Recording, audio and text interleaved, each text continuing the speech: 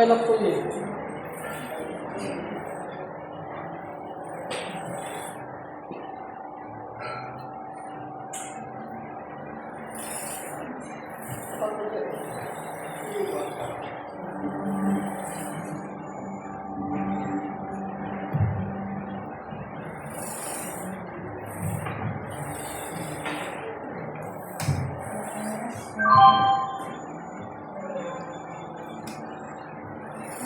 Amen.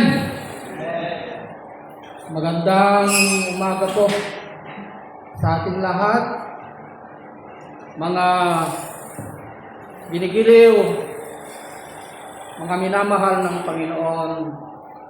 May pag-asa sa Panginoon, mga ginigiliw. May mga bisita tayo.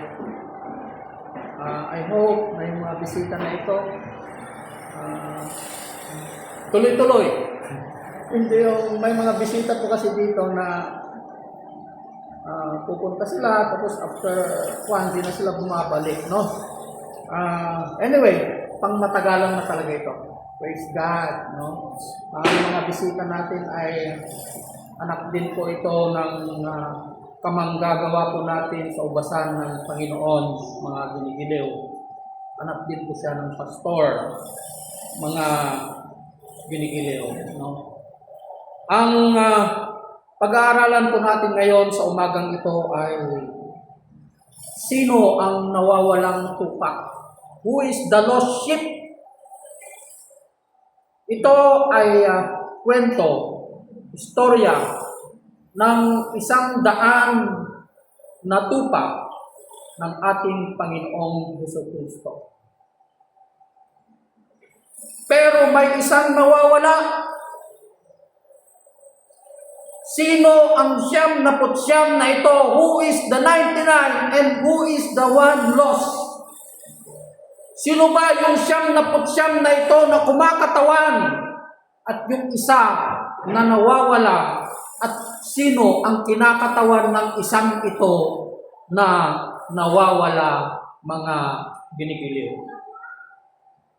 Ang takbo ng istorya na ito, ng takbo ng kwento na ito, mga ginigiliw, nangyari po sa isang lugar na kung saan ang ating Panginoong Jesucristo ay nakikikain or kumakain sa harap, nakikisama sa mga taong makasalanan, sa mga tax collectors, sa mga mahihirap, sa mga taong hindi, sabihin na lang natin, hindi Kristiyano sa panahon natin. Mga Gentiles o mga Hentil, mga ginigiliw. At yung 99 na ito ay kumakatawan sa mga pari, mga Pariseo, mga nagtuturo ng kautusan, mga pastor, mga Kristiyano. Para sabihin natin na hindi tayo exempted dyan. Pastor, Kristiyano, nasa loob ng iglesia na ang tingin sa kanilang sarili, sila ay matuwid at banal. Matuwid at banal. Sila rin yung mga taong palaging nakaupo sa harap ng altar. Diba? Palagi sila doon sa harap ng altar. Sila pa yung mga nakikita mo sa loob ng simbahan na sila yung palaging nakaluhod, na lumalakad, palakad na lumuluhod hanggang sa altar, mga ginigiliw. Yun ang kinakatawan ng 99 na ito, mga ginigiliw.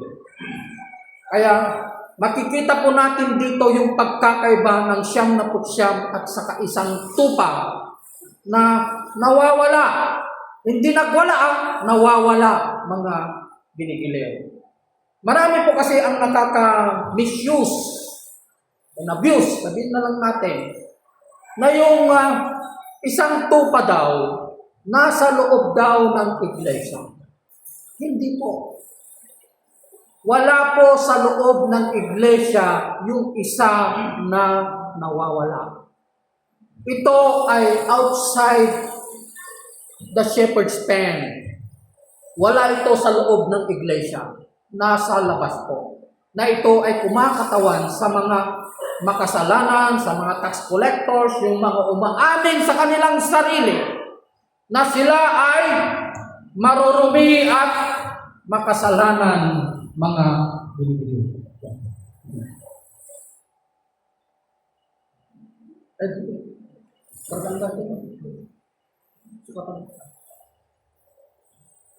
No? So, ang nangyari po sa tagpo na ito, mga ginigiliw, no? Ang nangyari, pinagsabihan po ng mga pari na ito ang ating Panginoong Jesucristo kung bakit siya nakikisalamuhan at nakikikain sa mga makasalanan. Kasi ang mga Hudyo kasi, ang tingin nila sa kanilang sarili, sila ay banal at matuwid. Pero ang ating Panginoong Jesucristo, nakikikain siya sa mga makasalanan. Bakit siya nakikikain? Bakit siya nakikisama sa mga makasalanan? Alam niyo ang dahilan? Baba ko na lang. Ang dahilan ay dahil tinanggihan nila ang ating Panginoong Jesucristo. Isa pang dahilan, they are supposed to assume the responsibility as a shepherd of the sheep. Pero sila pa ang kumokondena sa mga tupa na ito, sa mga tax collector na ito.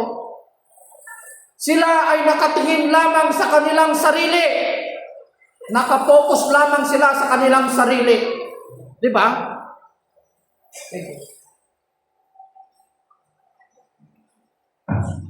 Nakapokus lamang sila sa kanilang sarili at hindi nila nakikita yung kanilang kapwa. Nakikita lamang nila ang kanilang kabanalan, pero hindi nila nakikita yung mga kapwa nila sa paligid nila, mga ginigiliw. Kaya ito ang sinasabi ng ating Panginoong Jesucristo sa Matthew 7:21.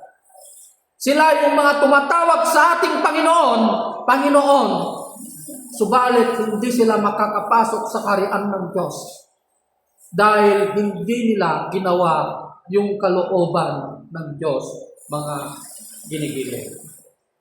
Marami pong pangyayari na ganito, mga ginigiliw, sa panahon natin ngayon. At ang pinangyayarihan ng mga ganitong sitwasyon at ang pagkakataon ay sa loob mismo ng iglesia ng Panginoon, mga ginigiliw. Ang iglesia kasi sa loob ng church, sa organisasyon natin bilang isang mananampalataya sa ating Panginoong Jesucristo, nagkakaroon ng faction-faction, pagkabahabahagi. Marami kasi ang ibig sabihin ng siyam na putsyam. Ang siyam na putsyam na ito, kumakatawan din ito sa mga taong Kristiyano ang tingin sa sarili, pero hindi sila nagbabago, hindi sila lumalago.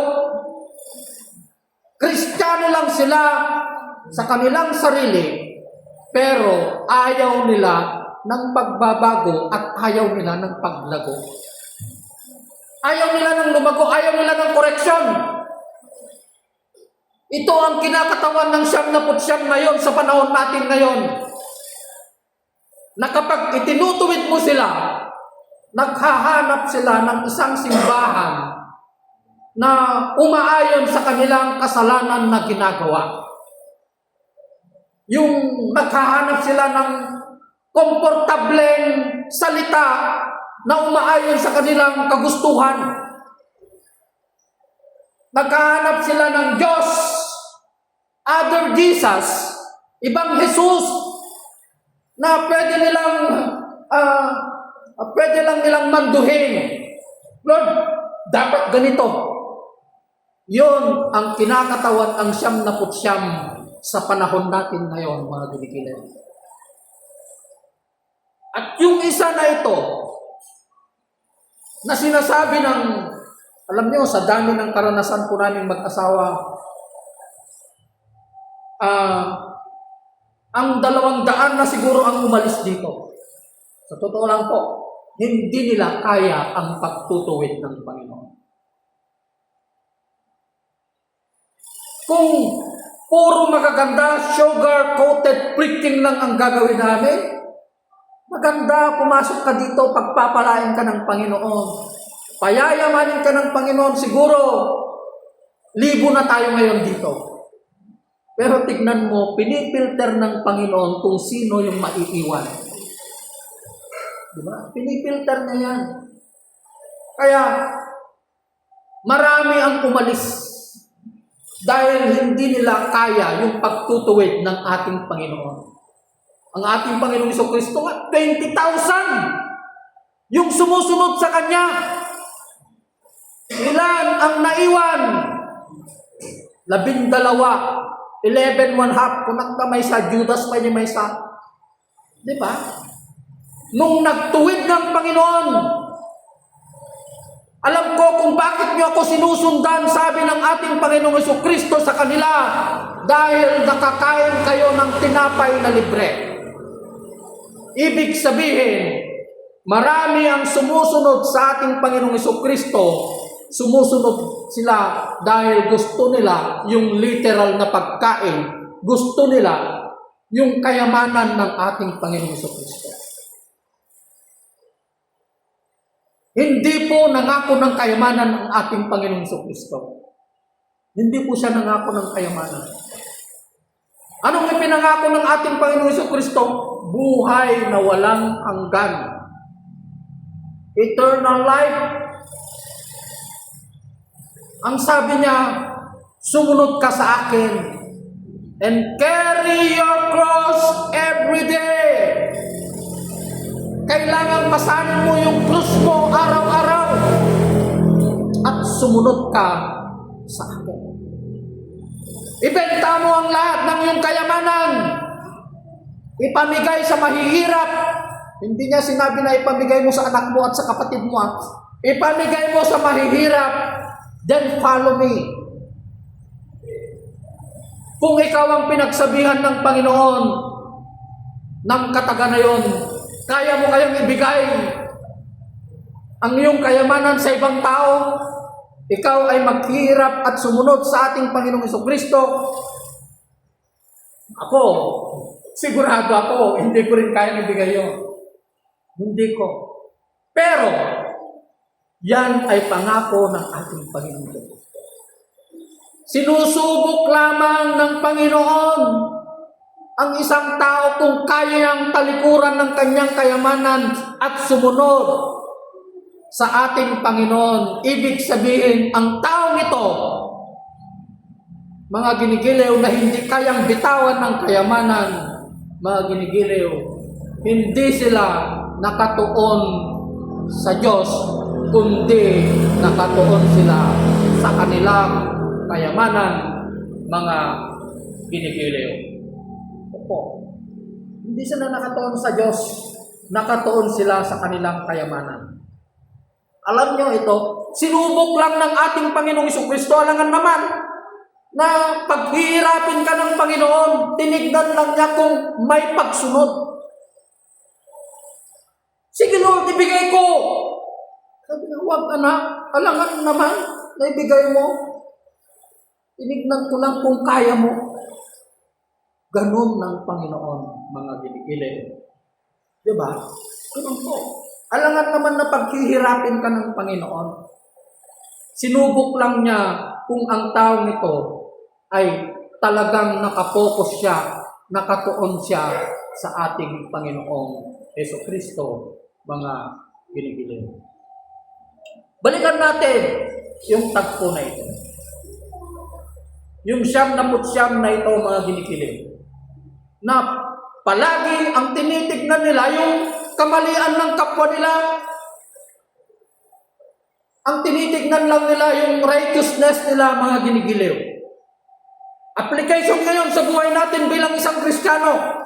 Tapos na ito, tapos na yung kwentong ito.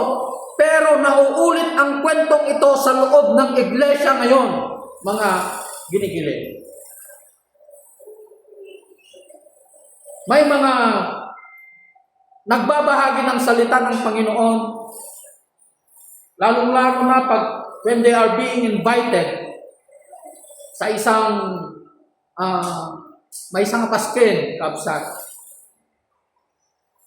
Magkita danto dagi unbeliever di gay. Pag-iinom dati ara, at pupulutan da, Pastor, tugaw pa lang, kung nadamahan inyawis mo uminom ka, Pastor, tamuda mga kabukbutan na uminom ti Pastor, ti ara. Pastor, amuyo kabsat. Ay, at dati jay agsesyon ti sauna po eh. Ay, bawal day ta, kung nadang sigod. Dakis day ta, kung nadang to.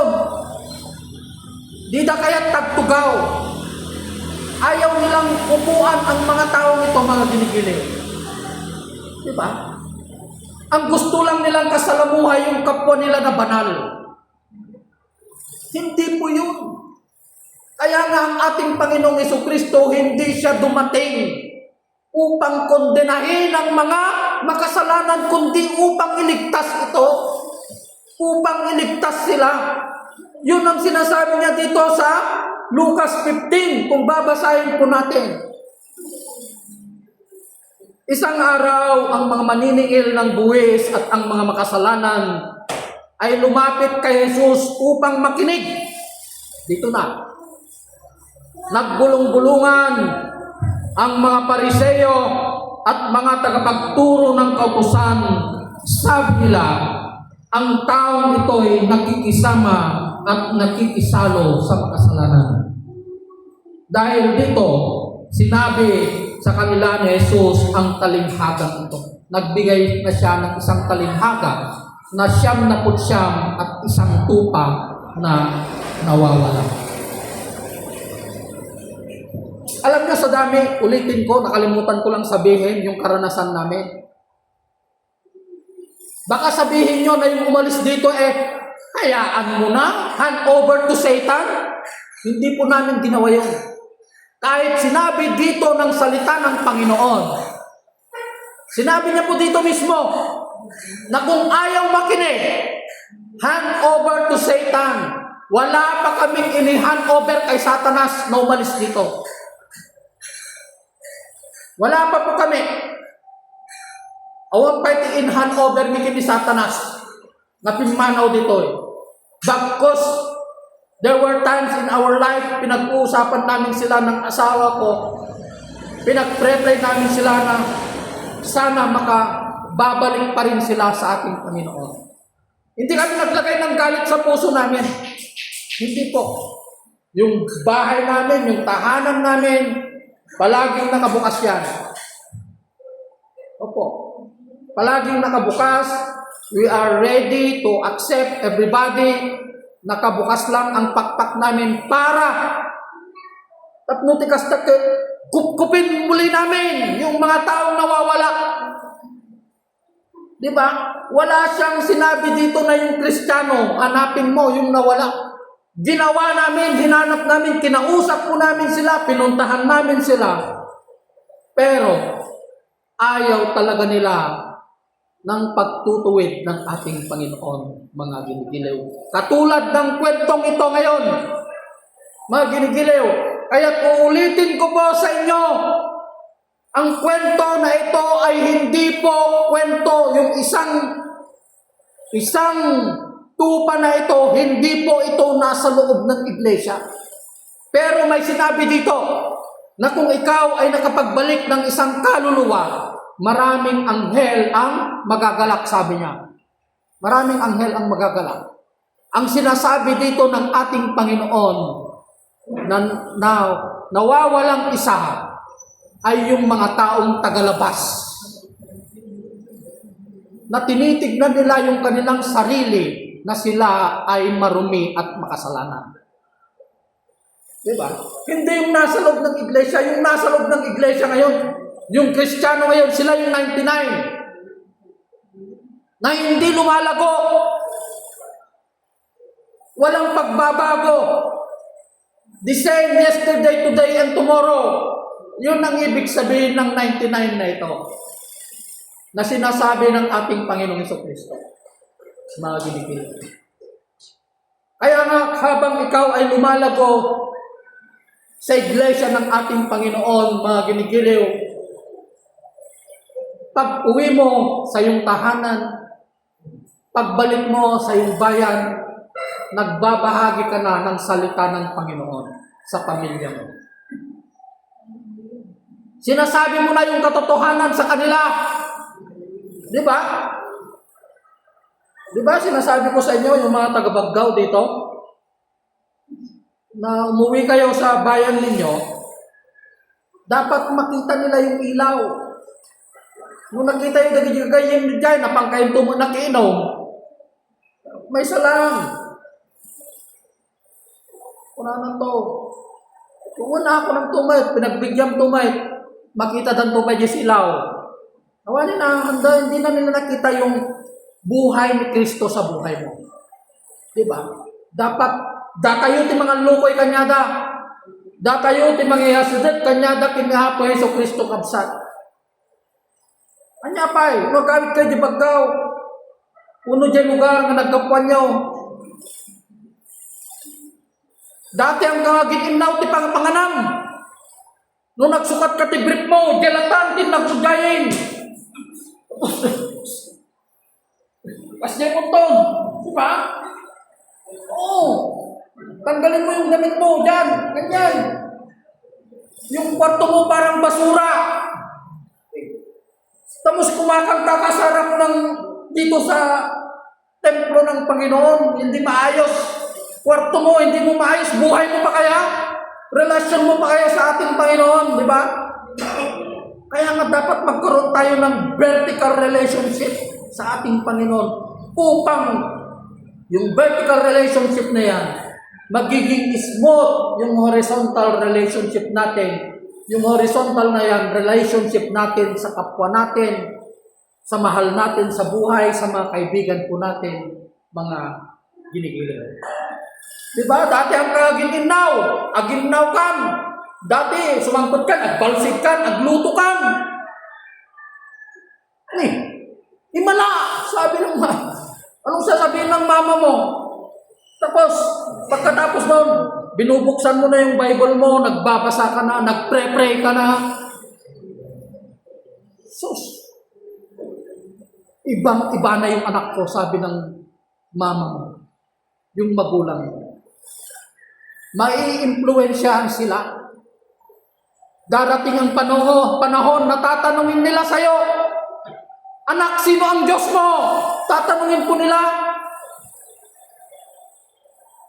Yung mga taga-Enrile kahapon, sabi ng isang matanda, pare-parehas lang ang Diyos, Pastor, kunana. Sinipak na kami ni Pastora, sumbatak kumangin maanin. Nga po, parehas ti Diyos tayo. Sa bali ti Diyos da, sa bali ti Diyos may. Ti Diyos may kada dito, di ba? Di ti Diyos tayo, dat ti Bible. Isuda ka, baka ti Diyos da, nagaramit na lang ti Diyos di panunog da, uno Diyos na tayo, bato, dagi dyan ti Diyos da uno di kinabatang da, so nga, at sa sabali ti Diyos da, sabali ti Diyos tayo dito di ba? Ti Diyos tayo, the maker and creator of the heavens and the earth, the word of God, the J.S.O., iso ti Diyos tayo, nga nagbalin nga tao. Diba? So batak ko ma'am, sinipanak ni Pastora kaya hindi na lang kumimik. Mababaw siguro ang pagkaintindi nila, sabi ko. Di na lang kumimik, sa totoo lang, mga ginigiling. Diba? Kaya yun, may pagbabago, application tayo.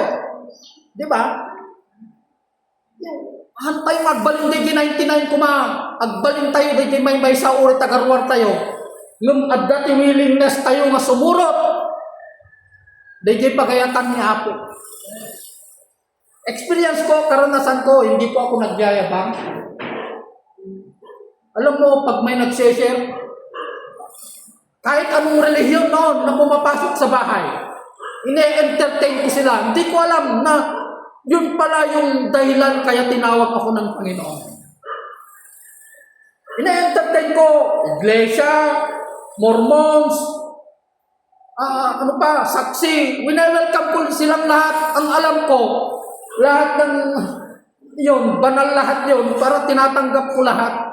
Pero, praise God, dahil itinuro sa akin ng Panginoon yung tama na dapat kong sambahin yung Espiritu at katotohanan mga kinigiliw. Opo. Praise God, madaydayaw na ako. Diba?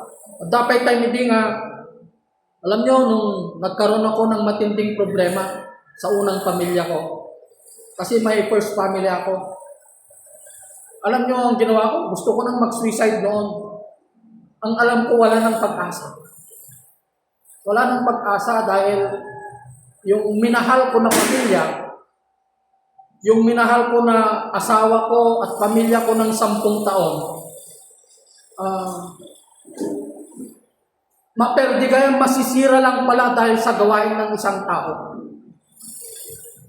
Kahit pinipilit ko na i-save yung pamilya na yon, wala na akong magagawa dahil malalim na yung relasyon nila. So ako na lang ang umalis. Ako na lang ang umalis. Pero mahirap. Halos hindi ko na kaya. Halos magpakamatay na ako. Kung ano-ano na lang naisip ko, magpakamatay na lang ako, Lord. Sabi ko, ano kaya, magpari na lang kaya ako. Kung ano-ano lang naisip ko noon. Kasi magulo na yung utak ko, pari na lang. Paano kayang magpari? Ganon. Tinatanong ko na, praise God in His time, sa panahon ng Panginoon, meron palang ibibigay ng Panginoon na tamang pamilya para sa akin. Bag lang tayo na parang nag-asawa. Okay. Bag lagi din ta pinikot na, mga na lang ang pinikot awan na kumadito sa amoy at tangabsat. Naimbag na ako na talaga. Diba? Naimbag. Opo, naimbag na ako. Oo. Praise God, naimbag na ako. Intod na ako, iti gusto nga pamilya nga para kanya. Diba? Kaya, hindi pala, anong tawag doon? Hindi bagbaga ng pangmataga. Kalimutan ko yung term na yun. Diba? Opo. Kung sino yung kaya mahirap, no? Mahirap na magkasama ang believer at saka unbeliever talaga. Dapat talaga yung magkasama talaga, yung parehas silang believer. Opo, parehas silang mananampalataya sa ating Panginoon, mga binibigyan. No? Dito ako magtatapos, no? Alam nyo, ang shepherd na pinaka magandang ehemplo ng isang shepherd o pastor, walang iba kundi ang ating Panginoon sa Kristo. He is the good shepherd. The Lord is my shepherd, I shall not want. Hindi ko memorize. Hindi, pastora, memorize na. Memorize ko din yung nalipat ako. Diba? The Lord is my shepherd. I lack nothing. He makes me lie down in the green pasture. Yun. Siya ang pinakamagandang halimbawa at ehemplo ng isang pastol, ang ating Panginoong Jesucristo, dahil inialay niya ang kanyang buhay para sa kanyang mga tupa. Yung tupa na yon, tayo ang tupa ng ating Panginoong Jesucristo, na kung saan inialay niya ang kanyang buhay para sa atin. Diba? Sino kayang makakagawa nito na ibibigay niya ang kanyang buhay para sa iyo, para sa atin? Ang ating Panginoong Jesucristo lang. Siya ang ating pastol. Ang pinagbaga nga siya lang ating pastol nating lahat. Diba? Hindi lang yon. Sino bang isang halimbawa ng isang pastol? Si David. Si David. Alam mo ang ginagawa ni David? Bago siya naging hari, Kaya kung gusto nyong maging hari, agbalin kayo pa lang shepherd ti Tupac. Kasi makikita-kita ka, ingata, nabayagan ang pa nagbaling na hari. Hari lang siguro di balay da. Natutuwa lang tanay, tabantay. Tignan nyo si David. Nagsimula siyang pastol ng mga tupa. Yun pala yung requirements na maging hari. Dapat siyang pinakamatinding hari, naging pastol. Pagkatapos ng pagiging pastol, siya ay nagiging hari ng Israel. Pinakama-impluensyang hari ng buong Israel, mga ginigiling. Anong ginagawa ni David? Anong ginagawa niya? Amoy dingiwat ni leon. Pag kinakain niya, sinusunggaban ng leon yung mga tupa. Hinuhuli ni David yung leon. Binubuka niya yung bunganga ng leon at tinatanggal ang mga tupa. Sino tayo makaituro dito yung makilaban ti leon? Laman? May napanood ako sa Facebook kagabi. May lubid. Yung babae, masal-masilan Malaki yung katawan niya. Hinila ng leon yung lubid. Yung babae na ang ganda ng katawan, hindi niya. Talagang nagwe-wage talaga yung babae. Hindi niya kaya. Sa lakas ng leon na ito. Naghilaan sila. Talagang natumba yung babae. Kahit lalaki siguro hindi niya kaya. Sa lakas ng leon. So imagine kung gaano kalakas ang David na ito na lingkod ng Panginoon. Mapamuagawan da dyan tupang at da dyan tingiwa na binubuka niya yung bibig ng leon, kinukuha niya yung tupa. Ganun ng isang pastol. Diba? Ganun ng isang pastol na nagmamahal sa kanyang mga tupa, sa kanyang mga anak. Mga ginigiliw.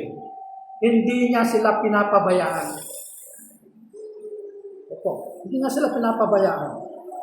Kasi yung mga tupa na ito, kaya hinahanap ng ating Panginoon. Fragile sila. And at the same time, wala silang homecoming instinct.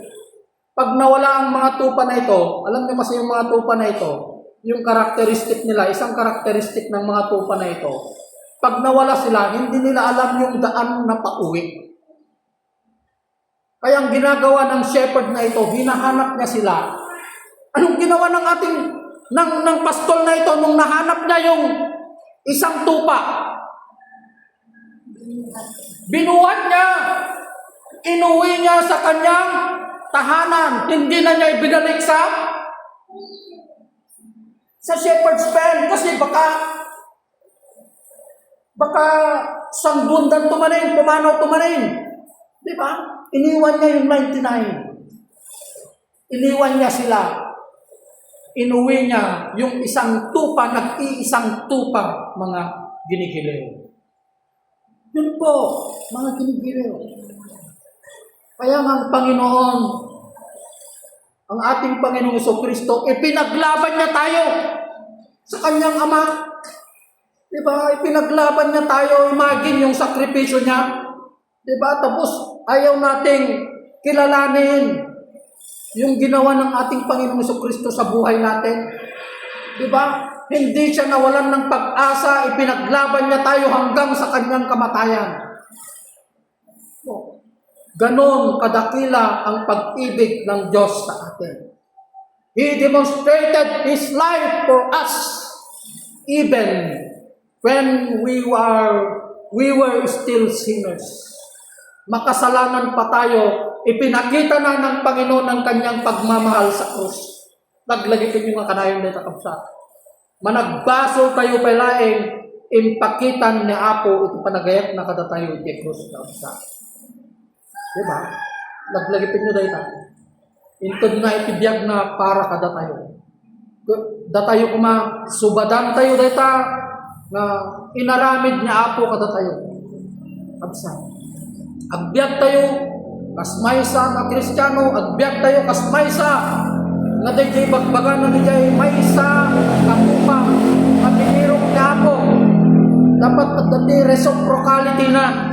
Ano lang nga DJ, tayo, puro tayo, di ba? Opo.